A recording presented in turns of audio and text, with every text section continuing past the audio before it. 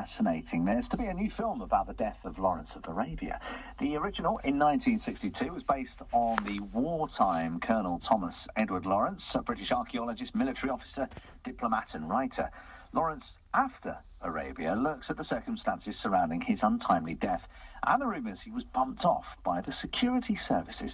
Part of the film looks at Lawrence's early life as a teen growing up in Oxford. The film's producer is Mark Griffin. Mark, really good to talk to you. Thanks for coming on. Tell us about the film then, and the sort of part of his life that you concentrated on. Well, we're looking at the last couple of years of Lawrence's life, but we also show some flashbacks of his time in the desert, and as you said, his teenage years in growing up in Polesford Road. He wasn't there very long. But that was a big influence on his life. He had a very strong mother who didn't treat him very well. So, yeah, we picked that up. We also look at the fact that he suffered from PTSD. So there's some connections there that we look at. And, we started a background shoot very recently. Did you do the filming here in Oxford? No. We actually did. We were over. We've only been shooting the background shoot for a week. We did a few days out on the beaches near Bordeaux because the weather was good, and then we came over to Dorset on Monday. We've been shooting for a week at various locations in Dorset that he knew around Morton, for example. So this sort of Lawrence after Arabia and this, well, whether there is evidence that he was bumped off by the security services, I mean, there's all sorts of conjecture. What evidence do you have then, Mark? Well, when you look at the, for a start, we show the incident, if you like, as an accident. Then we show it as a potential assassination. There is a lot of evidence that because of his very uncompromising nature, there were a lot of people that he had basically annoyed. He was looking like he was going to get a new job working with Churchill to re-establish the Secret Service, basically break it into the to MI5, MI6, make connections with the police force. He was also working with the Arabs on a possible Arab revolt. He was, of course, that was annoying the Zionists. So he was really, agitating, as he always did through his life. And there were an awful lot of people. He'd certainly annoyed the establishment, the Foreign Office. He had been in India fairly recently, pumping up a possible independence in the future, spying in and around Karachi in Afghanistan. So yeah, there was a lot of people who really didn't want him around, and we've kind of pulled that together into a story, which obviously is good drama. Yeah, I mean, it's a strange way to bump someone off, though, isn't it? To make them have a motorbike accident. I mean, I think he took 6 days to die, didn't he, after the accident? Yeah, he the accident happened basically between Bovington and where he lived in Clouds Hill Cottage. It's only about a mile.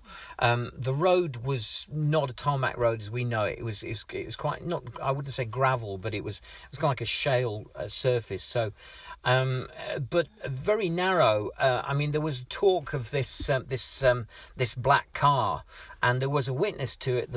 One of the boys saw it, but then his story was changed by this. Well, he was influenced by the Secret Service, and the two boys' fathers were influenced by the Secret Service.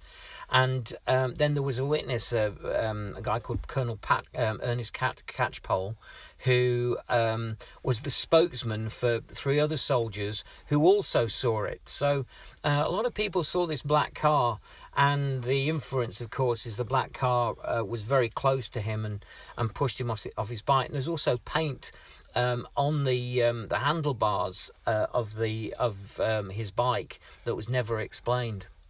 So that's where we get the theory. It's very interesting. It is. Yes. Yeah. It's great for a movie. When's the movie out, Mark? Well, we finish. As I said, we've just finished the background shoot. We're going to work on more shooting next year, finish in June, and we're hoping it'll be out in the festivals early 2020 with a theatrical release around about May 21st, when he died in 2020, 85 years after his death. Mark, lovely to talk to you. Best of luck with everything you're doing. Mark Griffin, who's the Howard. producer of Lawrence After Arabia. How fascinating is that? It's heading towards 4:30.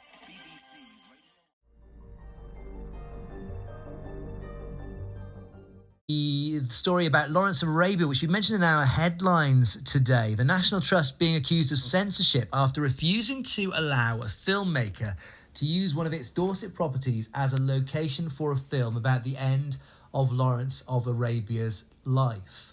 The film is called Lawrence After Arabia.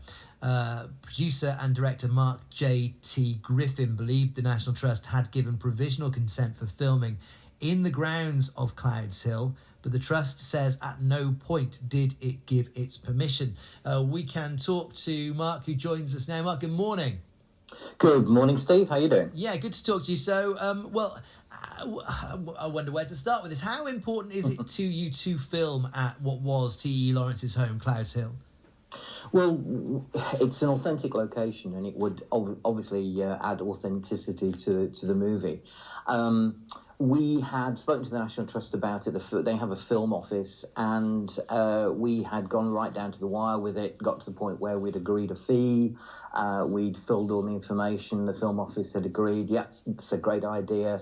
They supported the film. They thought the idea of filming at Clouds Hill would be great for the Trust. It would obviously increase visitor numbers. So all the way along, we thought we were going to film there. We planned around it. And then, as I said, just a little bit before, just after we'd put the form in, they came back and said, we're sorry, the property, the custodian has said he won't support, or they won't support the project. So that stopped us in our tracks. And is it fair to say that you think this might have happened because of the content of the film? You're focusing, I think it's fair to say, on some of the theories around T.E. Lawrence's death?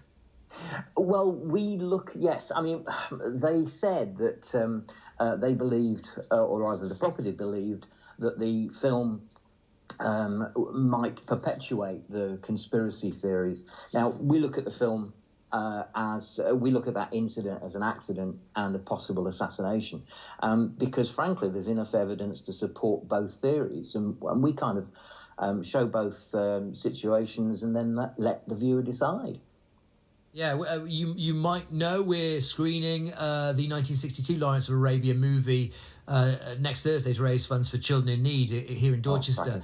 And I've had some messages through from people who are coming along to that saying, what do you think about the theories around Lawrence of Arabia's death? And somebody said that they knew somebody who knew the area, and they talked about hearing gunshots around the time that he was supposed to have kind of crashed his Brough Superior motorbike. It's certainly something that people are aware of, those theories. Yeah, I mean, I treat, I think Dorset is my second county. I used to spend about 12 weeks of the year there up until I was in my early 20s. So I know the area very well. I know the story of Lawrence very well. And there's a lot of local stories, I was going to say legends, but some of the stuff that, people are contacting me all the while and saying, did you know? Yeah. But there is so many... Lawrence was a very uncompromising character. He got into a lot of things, and he had little respect for authority. So there were quite a few people who didn't like him and would want him out of the way. What does the fact now that you are not going to be able to film at Clouds Hill as things stand, what does that mean for the movie? Well, we're not going to give up on this one. We believe that the National Trust's stance is very weak. I mean, if they allow filming of films like Pride and Prejudice and Zombies, which was filmed at 3 National Trust properties, and other films which have a much more dubious, I would say, content. Not that I've got anything against that movie particularly.